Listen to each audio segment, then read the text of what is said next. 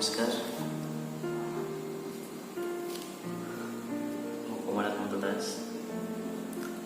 ମୋର ଏ କବିତାର ଶୀର୍ଷକ ସମୟ ଲାଗିବ ମୋତେ। ସମୟ ଲାଗିବ ମୋତେ ତମକୁ ଭୁଲିଯିବାକୁ।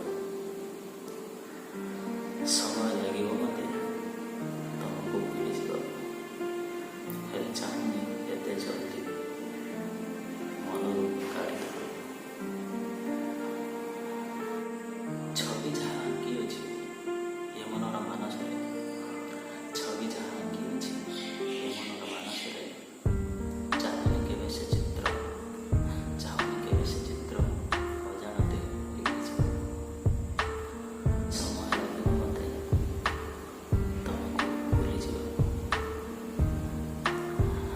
କଷ୍ଟ ବି ପାଇବି କେତେ, କଷ୍ଟ ବି ପାଇବି କେତେ, ନ ପାଇ ପାଖେ ତମକୁ। ହେଲେ କହୁନି କେବେ କାହାକୁ ଟିକିଏ ହସେଇବାକୁ। ହୋଇଛି ମୁଁ କେତେ କ୍ଷତ, ହୋଇଛି ମୁଁ କେତେ କ୍ଷତ, ଯନ୍ତ୍ରଣାରେ ଛୋଟ ବଡ଼, ଚାହୁଁନି କିଏ ସେଥିରେ ମନ ଗୋଟେ ଲଗେଇବାକୁ। ଚାହୁଁନି କିଏ ସେଥିରେ ମନ ଗୋଟେ ଲଗେଇବାକୁ। ସମୟ ଲାଗିବ ମୋତେ ତମକୁ ଭୁଲିଯିବାକୁ। ମନ ତ ଖୋଜିବ ମୋର, ମନ ତ ଖୋଜିବ ମୋର, ତୋ ସାଥେ କଥା ହେବ। ହେଲେ ବୁଝେଇ ଦିଏ ଏଥର ନିଜକୁ ସମ୍ଭାଳିବାକୁ। ହୋଇଛି ମୁଁ ବାରମ୍ବାର, ହୋଇଛି ମୁଁ ବାରମ୍ବାର ଦୁନିଆରେ ନିର୍ଦ୍ଦିଷ୍ଟ, କହିନି କାହାକୁ କେବେ ନିଜକୁ ଖୋଜି ଦେବାକୁ। ସମୟ ଲାଗିବ ମୋତେ ତମକୁ ଭୁଲିଯିବାକୁ। ସମୟ ନେବି ନିହାତି, ସମୟ ନେବି ନିହାତି ତମଠୁ ଦୂରେଇବାକୁ।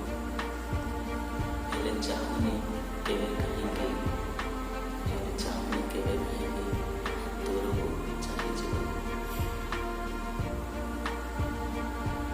ସମ୍ପର୍କ ଅଛି ଯେତେ ନିବିଡ଼ ତୋ ସାଥେ ମୋର, ସମ୍ପର୍କ ଅଛି ଯେତେ ନିବିଡ଼ ତୋ ସାଥେ ମୋର, ଚାହୁଁନି ଅନ୍ୟ କାହାର ନିଜର ହେଇଯିବାକୁ। ଚାହୁଁନି ଅନ୍ୟ କାହାର ନିଜର ହେଇଯିବାକୁ। ସମୟ ଲାଗିବ ମୋତେ ତମକୁ ଭୁଲିଯିବାକୁ। ସମୟ ଲାଗିବ ମୋତେ ତମକୁ ଭୁଲିଯିବାକୁ। ନିଦରୁ ଉଠିବି ଯେବେ, ନିଦରୁ ଉଠିବି ଯେବେ, ପାଇବିନି ସେ ଚେହେରାକୁ। ନିଦରୁ ଉଠିବି ଯେବେ, ପାଇବିନି ସେ ଚେହେରାକୁ। ହେଲେ ଚାହୁଁନି ସେଇ ଚେହେରା, ହେଲେ ଚାହୁଁନି ସେଇ ଚେହେରା ଆଖିରୁ ଦୂରେଇବାକୁ। ପାଇଛି ମୁଁ ଯାହା କିଛି,